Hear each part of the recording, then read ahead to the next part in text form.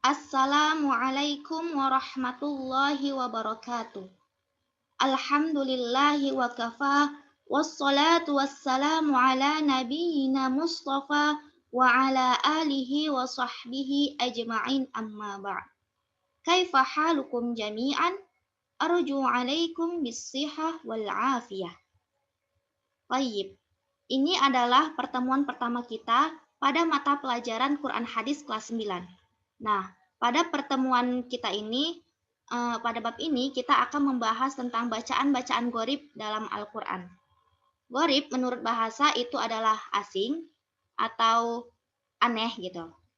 Kalau menurut istilah ulama qurra, gharib berarti sesuatu yang perlu penjelasan khusus karena samarnya pembahasan baik itu dari segi huruf, kemudian segi lafaz, arti maupun pemahaman yang terdapat dalam Al-Quran. Maksudnya seperti apa? Jadi antara tulisan sama bacaan itu beda gitu kan. Jadi kita butuh musyafahah bertalaki gitu sama guru gitu. Nah, pada pertemuan yang pertama ini kita akan membahas gharib Quran itu yaitu tentang imalah. Karena gharib di dalam Al-Quran itu banyak diantaranya ada imalah, kemudian ada tashil, ismam, dan lain sebagainya. Apa sih imalah itu? Imalah itu dalam arti bahasa berarti condong atau miring. Sedangkan menurut istilah adalah mencondongkan bacaan harokat fathah pada harokat kasroh sekitar 2/3-nya. Nah, bacaan imalah di dalam ilmu kiroat itu dibagi menjadi dua. Yang pertama adalah imalah sugro. Imalah sugro ini sering kita sebut dengan taklil. Yang kedua adalah imalah kubro. Imalah kubro ini biasanya cuma imalah gitu. Kalau imalah disebut berarti imalah kubro. Selanjutnya, kalau kita buat tingkatan nih, tingkatan mulai dari fathah, taklil, imalah itu yang pertama kali itu adalah fathah. Fathah itu adalah bunyinya seperti a gitu kan, jelas gitu. Kemudian yang kedua itu adalah taklil. Taklil itu bunyi antara fathah sama imalah. Bunyi antara fathah sama imalah. Seperti ini bunyinya. Gitu. Kemudian imalah. Imalah itu tadi masih ingat kan? Imalah itu adalah mencondongkan bacaan harokat fathah pada harokat kasroh sekitar 2/3-nya seperti itu. Bunyinya seperti ini. Gitu. Kemudian yang terakhir itu adalah kasroh. Kasroh itu menarik kedua bibir ke belakang. Contohnya i gitu. Nah, menurut Imam Hafaz, bacaan imalah ini hanya terdapat pada surah Hud ayat 41.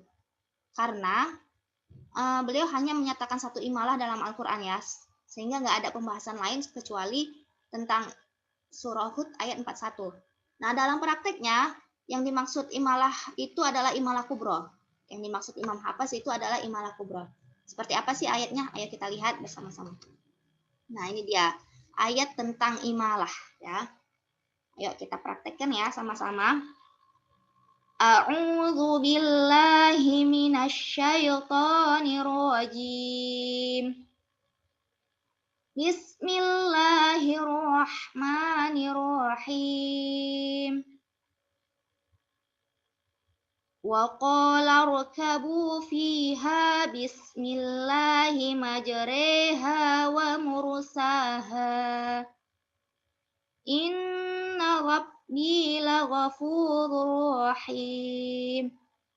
Nah, kata yang terdapat bacaan imalah adalah kata majroha, majroha ya, majroha. Nah, di sini adalah bacaan imalah. Kita ulangin lagi ya. Bismillahi majreha wa mursaha. Majreha wa mursaha. Demikianlah contoh bacaannya. Nah, biasanya ada kesalahan-kesalahan yang sering terjadi dalam pembacaan imalah. Yang pertama itu dia dibaca, ada orang yang bacanya taklil. Contohnya seperti ini. Bismillahirrahmanirrahim wa mursaha. Bismillahirrahmanirrahim wa mursaha. majriha wa mursaha. Reha gitu. Enggak reha gitu. Kemudian kesalahan yang kedua itu dia dibaca fathah gitu kan.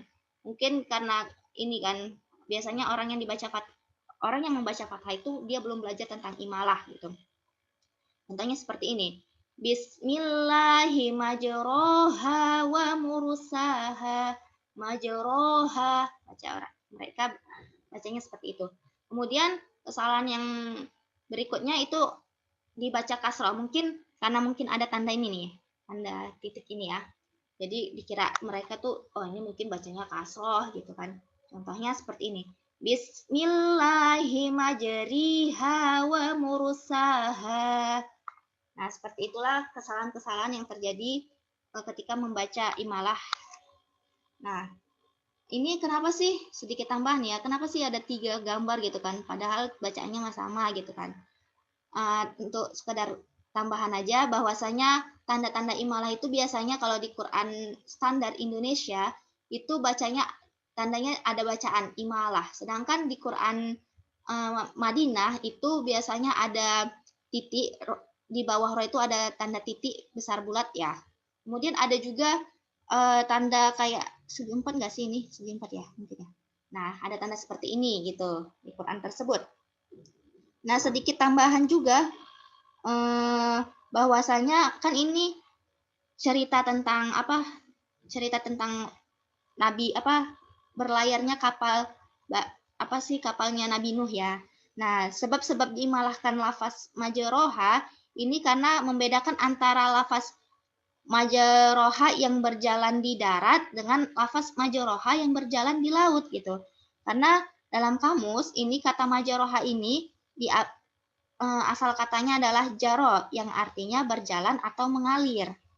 Nah, karena kecenderungan di laut itu kalau perjalanan di laut itu nggak stabil, kadang karena ada terjangan ombak kecil ataupun besar gitu kan, terus ada hempasan angin sehingga itu tuh agak miring-miring gitu kan. Nah, jadi apa ya hikmah mungkin ya kalau kata ulama mungkin kenapa sih dibaca imalah gitu kan. Kata ulama gini, kalau ketika ketika si kori membaca imalah dia biar bisa merasakan bagaimana miringnya bahtera Nabi Nuh saat berlayar di ombak besar gitu kan. Kalau yang pernah berlayar di laut itu pasti pernah merasakannya. Kalau yang belum pernah coba deh lihat apa sih lihat di TV deh bajak laut gitu kan pasti kan itu berlayarnya tuh miring-miring gitu kan. Nah, seperti itu.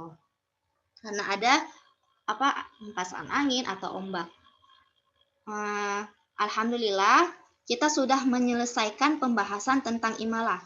Semoga apa yang sedikit kita kupas dapat bermanfaat untuk kita semua. Syukran kasiran ala ihtimamikum. Assalamualaikum warahmatullahi wabarakatuh.